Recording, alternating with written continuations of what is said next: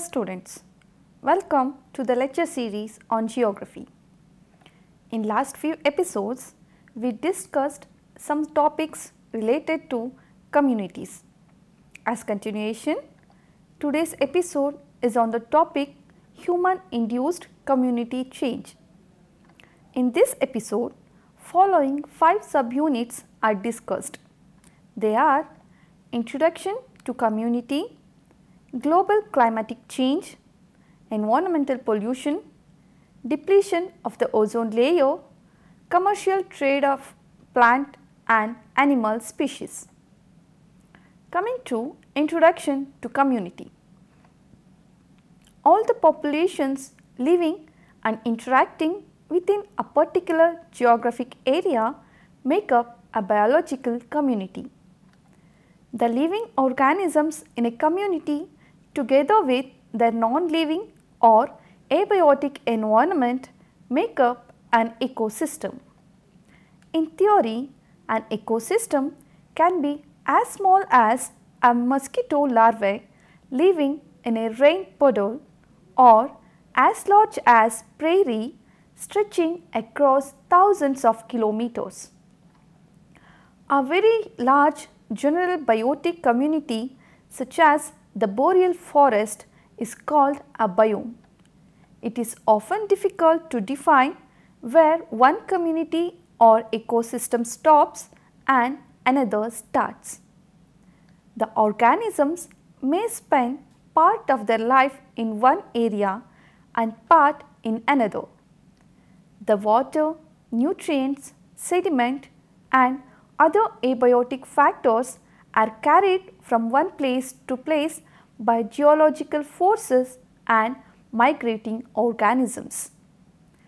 While it might seem that a lake and the dry land surrounding it are distinctly different in their environmental conditions and biological communities, there can be a great deal of exchange of materials and organisms from one to the other. The insects fall into the lake and are eaten by fish. Amphibians leave the lake to hunt on shore. Soil erodes from the land and combines with water bodies. The water evaporated from the lake surface falls back on the land as rain that nourishes plant life. Every biological community requires a more or less constant influx of energy to maintain living process. In biology, a community is a group of organisms that interact in a given environment. These organisms can either be plants or animals of different species. These organisms in most of the cases rely on each other for food through symbiosis, parasitism and predatorship among other relationships. The term community has a variety of uses. In its simplest form, it refers to groups of organisms in a specific place or time. The human activities adversely affect communities by removing important species. It can have large accidental consequences on the composition of entire biological communities. Almost every human activity has some effect upon natural systems. The humans have influenced the structure and development of natural communities for many thousands of years. There are quite a lot of adverse human impacts on communities and biodiversity.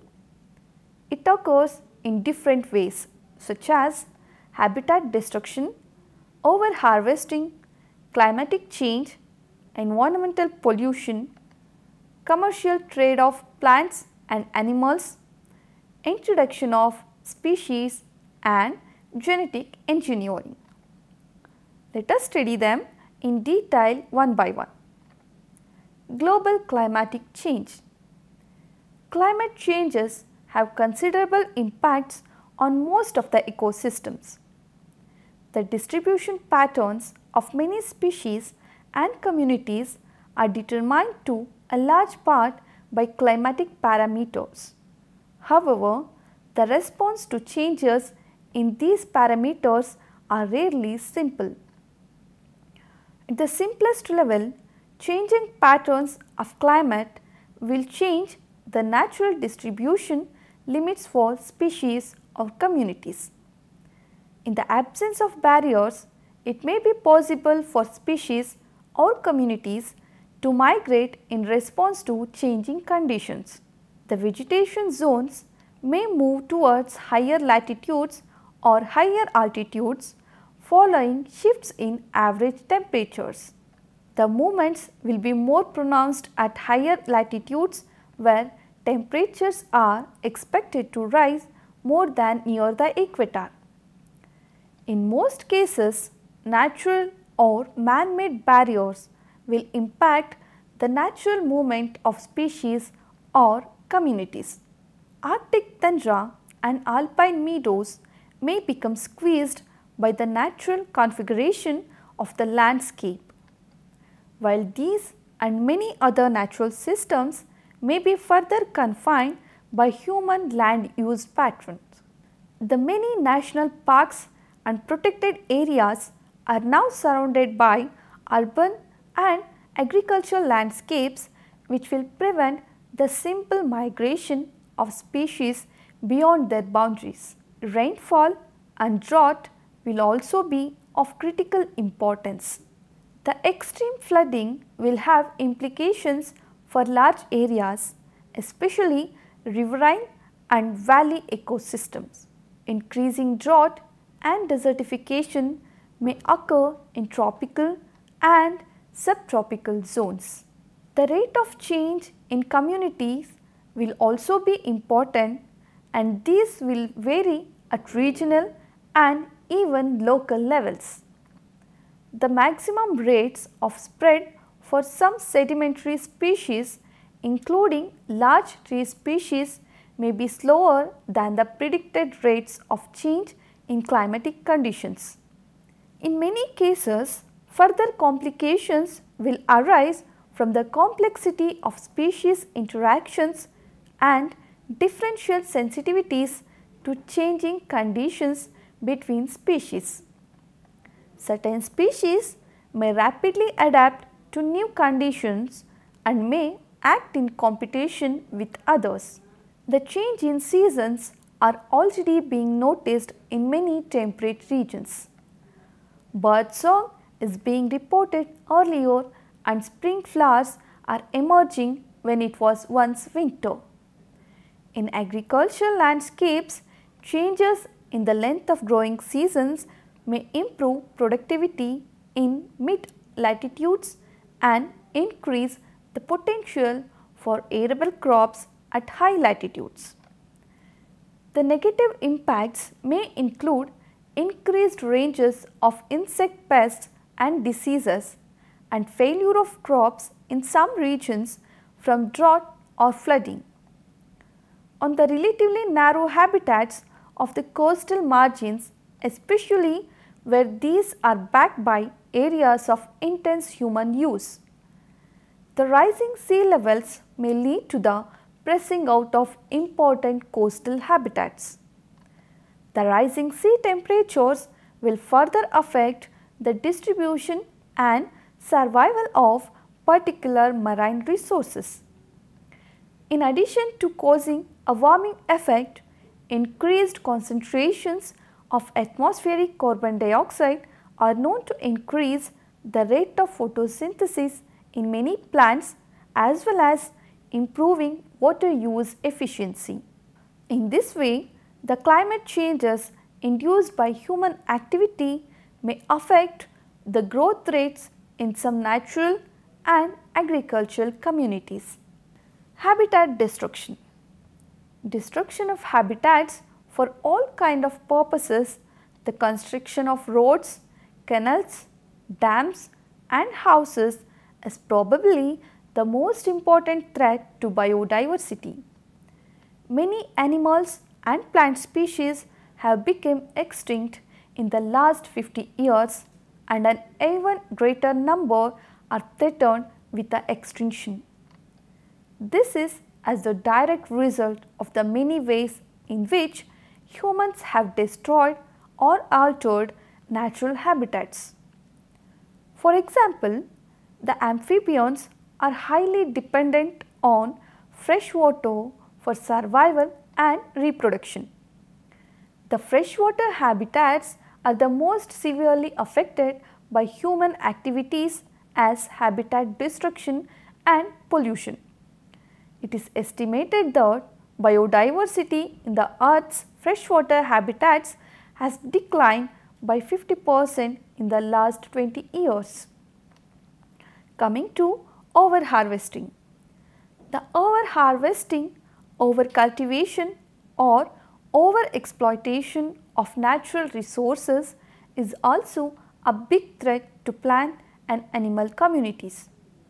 This human activity refers to a rate of exploitation or utilization that exceeds the cycling capacity of the natural resources. The next reason is environmental pollution. Environmental pollution is the important cause for the loss of several communities in the world. Environmental pollution is the addition of any substance to the environment at a rate faster than the environment can hold it. A pollutant need not to be harmful in itself. For example, carbon dioxide is a normal component of the atmosphere and a byproduct of respiration that is found in all animal tissues. In a concentrated form, it can kill animals. The human sewage can be a useful fertilizer, but when concentrated too highly, it becomes a serious pollutant, menacing health and causing the depletion of oxygen in water bodies. The radioactivity in any quantity is harmful to life, despite the fact that it occurs normally in the environment as so-called background radiation. Pollution has come with mankind from the time when groups of people first assembled and remained for a long time in any one place. The primitive human settlements can be recognized by their pollutants, but pollution was not a serious problem as long as there was enough space available for each individual. With the establishment of permanent human settlements by great numbers of people, pollution became a problem. The cities of ancient times were often lethal places spoiled by human waste and debris.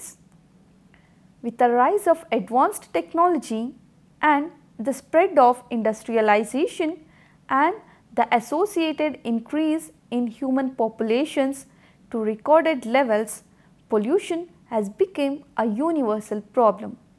Of all the pollutants released into the environment every year by human activity, the persistent organic pollutants or POPs are among the most dangerous.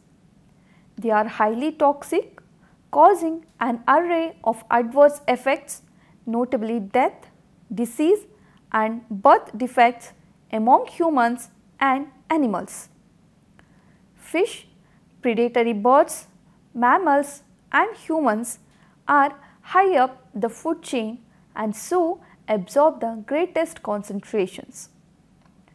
Desertification. About 3.6 billion hectares of world's useful dry land for agriculture has suffered erosion and soil degradation. In more than 100 countries, 1 billion of the world population is affected by desertification, forcing people to leave their farms for jobs in the cities. Desertification takes place in dryland areas, especially where the earth is fragile, where rainfall is nil and the climate is harsh. The result is the destruction of topsoil followed by loss of the land's ability to sustain crops, livestock or human activity. The climate changes can trigger the desertification process. The human activities are the proximate cause. Over-cultivation exhausts the soil. Deforestation removes trees that hold the soil to the land. Overgrazing of livestock strips the land of grasses. Desertification creates conditions that increase wildfires and moving winds, adding to the great pressure to the earth's most precious resources, that is water, and the animals depend on it. Now we shall move on to the depletion of the ozone layer. The stratospheric ozone filters out most of the sun's potentially harmful short-wave ultraviolet radiation. If this zone becomes depleted, then more UV rays will reach the earth. Exposure to higher amounts of UV radiation could have serious impacts on animals, plants and also on human beings, such as the following: effects on terrestrial plants. It is a known fact that the physiological and developmental process of plants are affected by UVB radiation. Scientists believe that an increase in UVB levels would necessitate using more UVB tolerant cultivar and breeding new tolerant ones in agriculture. In forest and grasslands, increased UVB radiation is likely to result in changes in species composition, thus altering the biodiversity in different ecosystems. UVB could also affect the plant community indirectly, resulting in changes in plant form, secondary metabolism and so on. These changes can have important implications for plant competitive balance, plant pathogens and biogeochemical cycles. Effects on aquatic ecosystems. While more than 30% of the world's animal protein for human consumption comes from the sea alone, it is feared that increased levels of UV exposure can have adverse impacts on the productivity of the aquatic systems. The high levels of exposure in tropics and subtropics may affect the distribution of phytoplanktons, which form the foundation of aquatic food webs. Reportedly, a recent study has indicated 6 to 12% reduction in phytoplankton production in the marginal ice zone due to increase in UVB. UVB can also cause damage to early development stages of fish, shrimp, crab, amphibians and other animals. The most severe effects are decreased reproductive capacity and impaired larval development. Next, adverse impacts on agriculture, forestry and natural ecosystems. The numbers of world's major crop species are particularly susceptible to increased UV, resulting in reduced growth, photosynthesis and flowering. These species include wheat, rice, barley, oats, corn, soya beans, peas, tomatoes, cucumbers, cauliflowers and carrots. Only a few commercially important trees have been tested for UVB sensitivity, but early results suggest that plant growth, especially in seedlings, is harmed by more intense UV radiation. Damage to marine life. In particular, planktons are threatened by increased UV radiation. Planktons are the first vital step in aquatic food chains. Decreases in plankton could disrupt the fresh and saltwater food chains and lead to a community shift. The loss of biodiversity in our oceans, rivers and lakes could reduce fish yields for commercial and for recreational purposes. Effects on animals. In domestic animals, UV overexposure may cause eye and skin cancers. The communities of marine animals in their developmental stage have been threatened in recent years by the increased UV radiation under the Antarctic ozone hole. Acid rain. Another climatic effect of pollution is acid rain. The phenomenon occurs when sulfur dioxide and nitrogen oxides from the burning of fossil fuels combine with water vapor in the atmosphere. The resulting precipitation is damaging to water, forest and soil resources. It is the cause for the disappearance of fish from many lakes, for the widespread death of forests and for damaging tree growth. Next, coming to eutrophication and oligotrophication. Eutrophication is an aging process in the life cycle of a lake, pond or slow moving stream. When this occurs, a lot of dead organic matter settles at the bottom of the water. It all decomposes and forms an ever-growing layer of silt. This can take many thousand years to complete. Eutrophication is an overload of different nutrients in the water which put an excessive demand on the oxygen content of the water, resulting in the chemical biological death of a lake. The other aging process is known as oligotrophication. This is the total opposite of eutrophication. It is a nutrient poor. The aquatic communities facing basic kinds of environmental problems which are threat to water quality and the deterioration of shoreland.